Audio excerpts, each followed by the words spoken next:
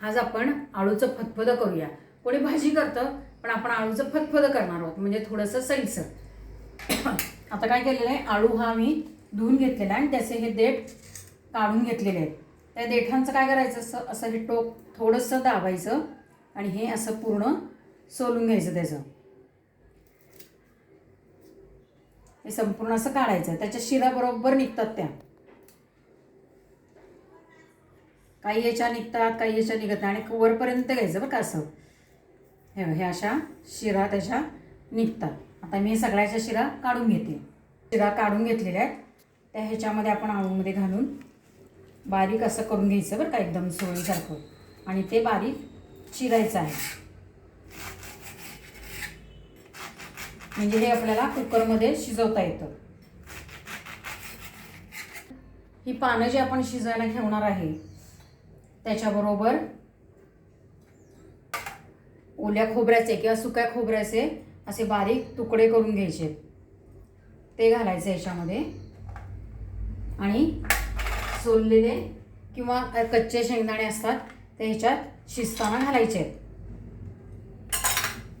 तुम्हाला तिखट जास्त नको असलं तर शिजताना ह्याच्यामध्ये मिरच्यांचे तुकडे करून घाला. आता ह्या खूप तिखट आहेत मिरच्या, म्हणून मी 2च घेतलेल्या आहेत, नाही तर 2-3 घेतल्या तरी चालतात. शिजताना घाला किंवा फोडणीमध्ये घाला. मी आता ह्या फोडणीमध्ये घालणार आहे. आता मी हे पाणी घालून शिजवून घेते. आता आपलं हे कुकरमधनं शिजवून झालेलं आहे.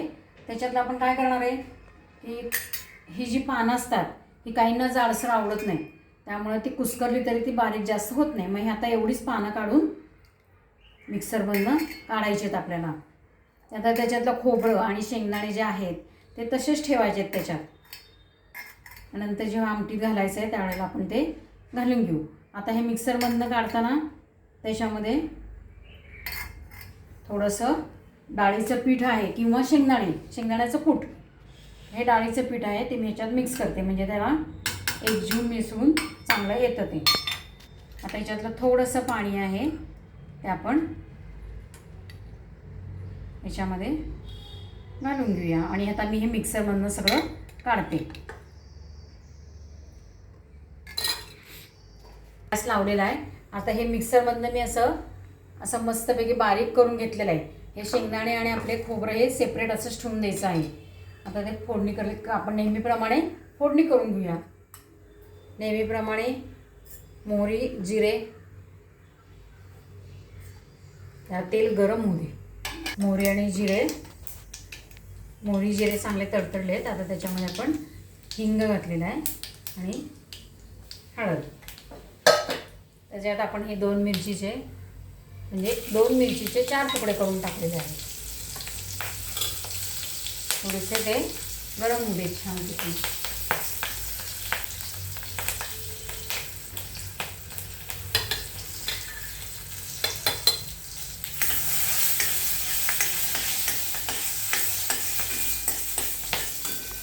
गॅस कमी करायचा आहे बरं का.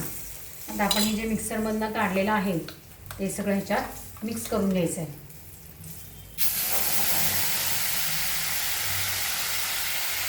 मग थोडंसं घट्ट होतं ते. आता सगळं हे जे आपण शिजवलेलं पाणी जे आहे हे सगळं पाणी या मिक्सरमध्ये घालायचं आहे. त्याला झाकण लावून मस्तपैकी ह्याच्यातलं मिक्स करून घ्यायचं हे, म्हणजे मिक्सरमध्ये काहीही वाया जाणार नाही.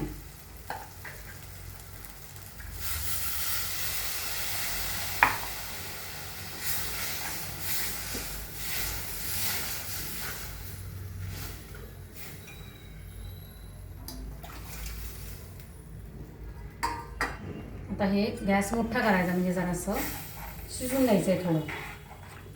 आता याच्यामध्ये काय करायचं, गूळ असतो तो आपला गूळ घालायचा आहे थोडा, कारण आंबट गोड असं लागतो. कारण हा आळू आहे, आळू खाजरा असतो, त्यामुळे त्यात चिंचेचा कोळ किंवा आमसुलाचा कोळ घालायचा आहे. आता हा मी चिंचेचा कोळ त्याच्यात घालून घेते.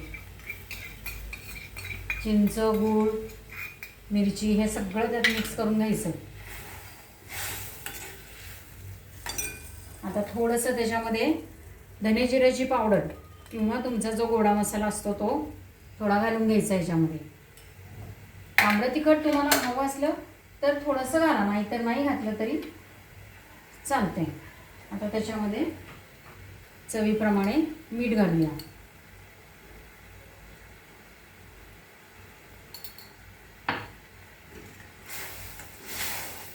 आता जेवढं तुम्हाला पातळ हवं आहे